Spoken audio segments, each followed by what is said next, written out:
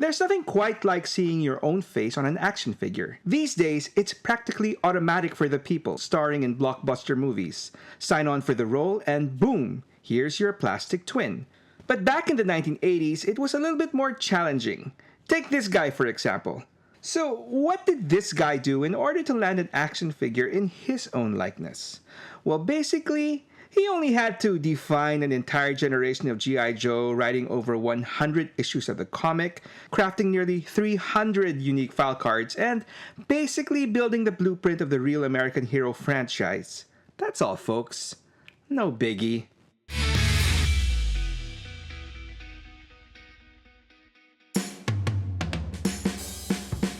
Meet Larry. No, not that Larry. This one.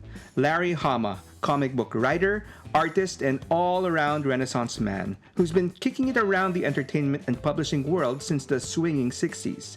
And if you've been a G.I. Joe fan since the 80s, you should already know who he is, and why so many consider him to be the godfather of the G.I. Joe, a real American hero franchise.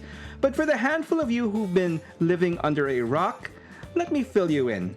Back in the early 80s, when Hasbro teamed up with Marvel Comics to relaunch G.I. Joe for a brand new generation of kiddies, they needed someone to write the comic book. Oh, and also whip up individual character bios for each character in the line. I mean, given all these new toys weren't based on some generational movie franchise, they needed some way to tell their story. It was a big ask, especially for what was, at the time, just another toy line in a sea of toy lines. Not exactly the job of the century. In fact, Hama himself had said that the gig only came his way after every other writer at Marvel turned it down. So, yeah, expectations weren't exactly sky high. But instead of just phoning it in, Larry Hama rolled up his sleeves and built something legendary. From the jump, he treated G.I. Joe like it mattered. The comic was layered, smart, and surprisingly deep for what the execs still saw as just a glorified toy commercial. And even though Hasbro kept chucking new characters into the mix, spelling potential chaos for any writer trying to build a coherent story, Hama made it work. How? Because every Joe introduced came preloaded with a personality, thanks to those expertly written file cards, also by Hama. All of them. Yup. Every single one. Now, given all his contributions and how much he almost single-handedly rebuilt G.I. Joe from the ground up, you'd think Hasbro would have rolled out the red carpet and awarded Hama the proverbial keys to the city, or in this case, maybe the captain's chair of the USS flag.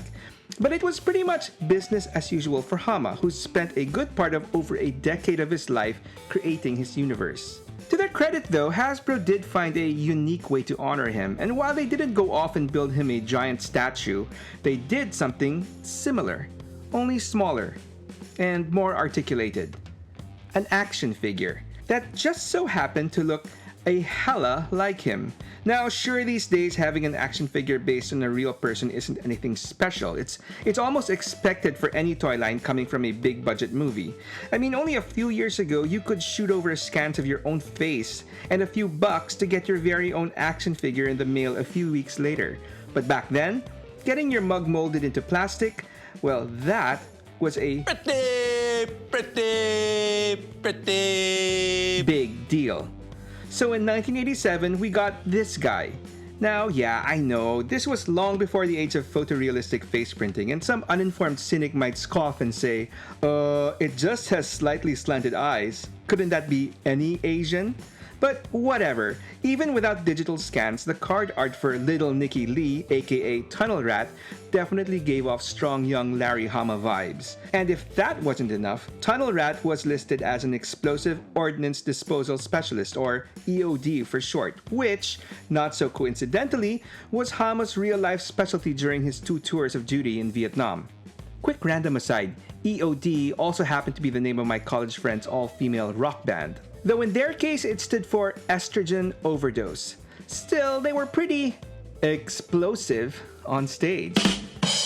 Now, interestingly, while Hama himself is a third-generation Japanese-American, Tunnel Rat is canonically a unique blend of Trinidadian, Chinese, with a dash of Irish, Spanish, and Indian heritage thrown in for good measure.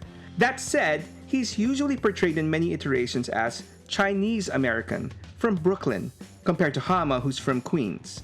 I mean, same state, so close enough, right? I'm guessing that Hama, who must have been clearly honored by the tribute, didn't want it to be too on the nose. And while being codenamed after a rat might not sound all that flattering, it actually refers to a very specific and incredibly dangerous role in the military. Tunnel rats were the soldiers who crawled through underground enemy tunnel complexes on seek and destroy missions, often armed with nothing but a flashlight and a sidearm. These guys faced tight, pitch black, booby-trapped hellholes on a daily basis. They also had a tongue-in-cheek Latin motto that summed up their self-aware sense of humor: non gratum annus rodentum, roughly translated as not worth a rat's ass. It was self-deprecating, darkly funny, and the kind of gallows humor that helped soldiers deal with the sheer madness of the job. Because yeah, what they did was insane, but absolutely essential. Now, all that aside, as a kid, I was always a fan of Tunnel Rat's action figure. His overall look was just perfect in my opinion. An ammo belt slung across his chest, topped off with what looked like an old-school holstered silver pistol, long black pants, camo paint on his arms and face, and a bandana to top it all off. It wasn't quite standard military gear, but it still looked tough. Like a cross between a soldier and a pirate. And those slanted eyes, they made him look extra serious and kinda pissed off in the best way. His gear was also top tier. He came with a massive backpack with flashlights sticking out the top of each side, a rifle with a huge scope, and a man purse. Just kidding. It was probably a bag full of explosives. Still, looking back, with all that oversized equipment, it makes one wonder, how the hell was he supposed to crawl through tight enemy tunnels with all that? But hey, realism aside, the guy definitely looked cool. Anyway, Tunnel Rat didn't make quite the huge splash in the comics, though he was there. He made his debut in issue 59 of the Marvel Comics, providing security for some fellow Joes field testing artillery, and showing the perks of his shiny new G.I. Joe credit card. Unfortunately, his credit card activity does tip off Cobra Commander, now sporting some shiny new battle armor, and his bird-loving buddy, Raptor. And what follows is a chaotic showdown involving trained falcons and the dreaded Cobra Pogo Ballistic Battle Ball. In the end, the Joes narrowly escape the Pogo problem in the best way Tunnel Rat knows how: through a tunnel. Luckily, Tunnel Rat saw way more action in the animated world, starting with the 1987 G.I. Joe movie, where he was introduced as one of the new recruits alongside a few more of his 87 wavemates: the MP Law and his dog Order, the blindfolded ninja Jinx, the f***up Falcon, the silent missile chucking Chuckles, and the basketball lobbing Big Lob. This rookie squad was dubbed the Rawhides by their rather grumpy drill sergeant, the Masked Ranger Beachhead. In the movie, Tunnel Rat was a cocky, gum-chewing, wisecracking little dude who instantly bonded with the much taller Big Lob, basically brothers from another mother. And together they easily aced their training assignment of running through a booby-trapped obstacle course to ring a bell on the other side. And while Big Lob takes the arguably longer route, weaving and bobbing through firewalls and explosions, electric-charged barbed wire, and laser fire, Tunnel Rat conveniently finds a tunnel, which safely leads him to the other side, where both guys successfully ring the bell. And speaking of bells, if you're enjoying this story, why not go ahead and click the notification bell and sub to my channel so you don't miss out on more deep dives like this one. And hey, if your clicking finger's still feeling twitchy, please give this video a like and share with a friend. As always, any help would be very much appreciated, so thank you. Anyway, towards the end of the movie, Tunnel Rat gets a pretty pivotal moment when he leads the Joes straight into Cobra Law for the final battle. Through the back door, of course. Yup, another tunnel. And after easily taking out a few dreadnoughts, I mean, when you got a guy who can take out 3 knocks with one punch, easy peasy. And during the battle, Tunnel Rat gets a rather memorable action sequence when he is swallowed whole by a massive worm-like creature, which, let's be honest, also kind of is a tunnel. So no problemo for the rat who blasts his way out from the inside and runs off laughing like a madman. Even as a kid, I remember thinking, yeah, this dude might just be a little off. Sadly, that version of Tunnel Rat and the rest of the Renegades were shelved after the movie as there were no more new episodes of the cartoon that followed. We do not talk about Deke. But unlike some of his Rawhide teammates, Tunnel Rat would make a comeback, multiple times actually, in later modern iterations of G.I. Joe. First up, G.I. Joe Sigma 6 in 2005. Now this version of Tunnel Rat had a rather different and new anime-inspired redesign and was part of the core team as their infiltration and demolitions expert. And while his OG buddy Big Lob was nowhere in sight, Tunnel Rat did get a new bestie in the form of the powerhouse Heavy Duty.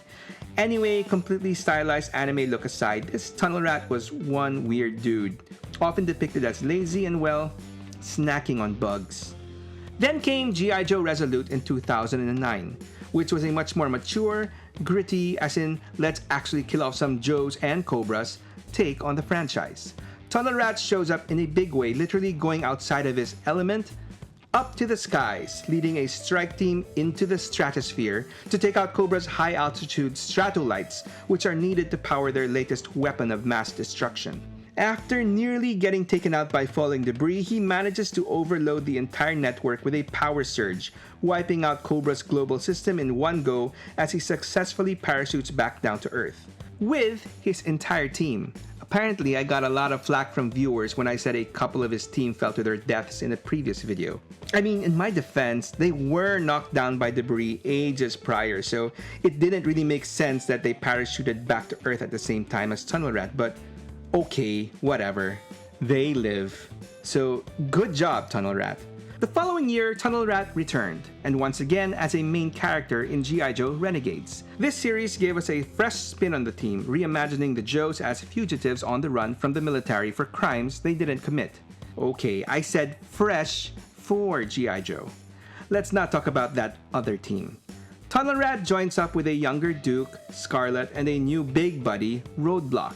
I'm starting to sense a trend here with Tunnel Rat and all his larger best friends. Now, while hiding in tunnels obviously would come in handy for fugitives on the move, this version of Tunnel Rat brought even more to the table as a team's medic, even if he didn't exactly look like one. But hey, what do I know? Before going off the grid, this guy was apparently on a unit with snow job and frostbite, so yeah, anything goes. Besides, everyone needs a medic, right? Well, except apparently the Saw Viper. If you know, you know.